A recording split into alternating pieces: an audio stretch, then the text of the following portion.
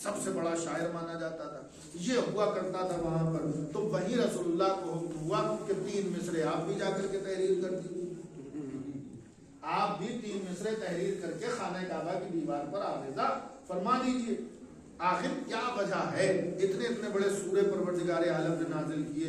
ایک سورہ تو ایسا ہے کہ 2.5 پارے کا ہے، سورہ بقرہ قرآن مجید میں وہ لکھوا دیتا، آل عمران لکھوا دیتا، سورہ نبل کوئی بھی سورہ لکھوا دیتا. بڑے چھوٹے تمام طرح کے سورہ قرآن مجید میں موجود ہیں. آخر کیا وجہ ہے کہ پروردگار عالم نے صرف 3 آیتیں سورہ کوثر تحریر کروایا؟ آخر کیا وجہ ہے؟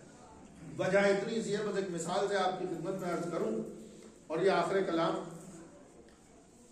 ہمارے یہاں، آپ کے یہاں ہر جگہ یہ دستور ہے کہ جب کبھی کوئی پروگرام ہوتا ہے تو ہم ایک اشتہار بنایا ہے، مجلس کا ہو، محفل کا ہو، شادی ہو، شادی کا کارڈ چھپتا ہے، سب جگہ ہوتا ہے. مجلس ہوتی ہے تو مجلس کا رخا تیار کیا جاتا ہے، محفل ہے تو اس طرح سے محفل کا اشتہار بنایا جاتا ہے اور اسے جگہ جگہ لگایا جاتا ہے. اور اس بات کا خیال رکھا جاتا ہے کہ وہ جس جگہ چپکایا جائے وہ جگہ پاک ہو. کیوں؟ اس لیے کہ اس پر وہ نام تحریر ہیں، وہ الفاظ لکھے ہوئے ہیں کہ جس کو بغیر وضو چھونا جائز نہیں. اس لیے اس بات کا خیال رکھا جاتا ہے، توجہ رکھیے گا عزیزان گرامی، اس لیے اس بات کا خیال رکھا جاتا ہے کہ وہاں پر ایسی کوئی دیوار تلاش کی جائے جو پاک و پاکیزہ ہو، اور جہاں پر وہ اشتہار لگانے کے بعد اس اشتہار کی حرمت پامال نہ ہو، باقی رہے، اس کی کوئی بے حرمتی نہ کر سکے. اس لیے وہ محفل کا اشتہار یا مجلس کا اشتہار لگایا جاتا ہے. اچھا وہ بنایا کیوں جاتا ہے اور لگایا کیوں جاتا ہے؟ وہ بنایا اس لیے جاتا ہے تاکہ سب کو پتا چل جائے کہ یہ پروگرام ہے. اپنے بھی جان لیں، بیگانے بھی جان لیں. اپنے اگر ہیں تو خوش ہو جائیں، ہے نا، انہیں پتا چل جائے کہ بھئی محفل ہے. ابھی دیکھیے 13 رجب آنے والی ہے 2 دن کے بعد، تو جشن مولود کعبہ، تو جو علی کے چاہنے والے ہیں وہ اشتہار دیکھ کے خوش ہو جائیں گے. کچھ کے سینوں پہ بھی بے شک. تو ہر طرح کے افراد ہوا کرتے ہیں، ہر طرح کی فکریں ہیں، ہر طرح کی ذہنیت ہے، سب طرح کے لوگ ہیں. خیر ہمیں کسی سے مطلب نہیں، ہم تو اپنی بات کرنے کے عادی ہیں. ہم اپنی بات کر رہے ہیں کہ اشتہار بنایا جاتا ہے اس لیے تاکہ سب کو پتا چل جائے، سب تک بات پہنچ جائے، مشتہر ہو جائے. اشتہار اسی لیے بنایا جاتا ہے کہ وہ اعلان ہے کہ دیکھو یہ پروگرام ہے، اس تاریخ میں یہ ڈیٹ ہے، یہ جگہ ہے، یہ وقت ہے، یہ کنوینر ہیں، یہ بانی ہیں، یہ انتظامیہ ہے. بہت توجہ رکھیے گا عزیزان گرامی پر. اس لیے وہ اشتہار لگایا جاتا ہے اور دیوار پاک تلاش کی جاتی ہے، یا مسجد کی دیوار پر لگایا جاتا ہے یا امام باڑے کی دیوار پہ لگایا جاتا ہے. بہت توجہ رکھیے گا عزیزان گرامی پر. کیوں؟ اس لیے کہ ہمیں یقین ہوا کرتا ہے کہ مسجد کی دیوار 100% پاک ہے، عزا خانے کی دیوار 100% پاک ہے. اس لیے وہاں لگایا جاتا ہے، اشتہار بنایا جاتا ہے اور چسپاں کر دیا جاتا ہے. پروردگار عالم نے بھی سورہ کوثر محمد مصطفیٰ سے کہا کہ جا کے خانہ کعبہ کی دیوار پر آویزہ کر دیجئے. وجہ یہی تھی کہ یہ کوثر صرف سورہ کوثر نہیں ہے بلکہ آمد سیدہ کے اشتہار کا نام سورہ کوثر ہے. آمد سیدہ کے اشتہار کا نام سورہ کوثر ہے. پروردگار چاہتا یہ تھا کہ سب کو پتا چل جائے کہ جسے تم نے ابتر کا دانا دیا ہے اسے میں کوثر عطا کر رہا ہوں. بات پڑھیں مل جو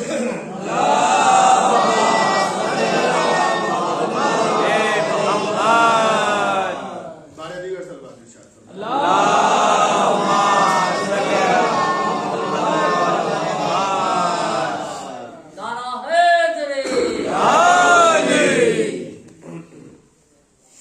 جسے تم ابتریت کا تانا دے رہے ہو میں اسے کوثر عطا کر رہا ہوں، اور کوثر کی شکل میں کثرت نسل. عزیزان گرامی قلب، یہ جو کوثر عطا کیا اور جو کثرت نسل